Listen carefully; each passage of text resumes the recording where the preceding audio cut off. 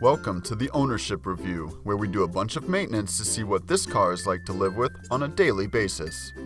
Here are the high points of the 1997 Mercury Tracer. Changing the headlight bulb is easy to do, as you only have to reach behind the housing for access to the bulb. Checking the transmission fluid level is easy to do, as the fluid dipstick is easily accessible in the engine bay.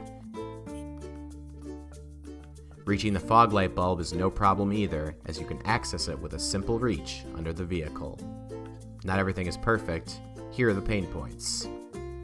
Accessing the center brake light will be tough, as you'll have to work in a cramped location and use a few tools to complete. The engine coolant reservoir is not overly visible on this vehicle. This will make it tough to check and replenish the fluid level on a regular basis. You will have to completely remove the taillight housing for access to any of the taillight bulbs. The tools necessary may not be readily available for repair.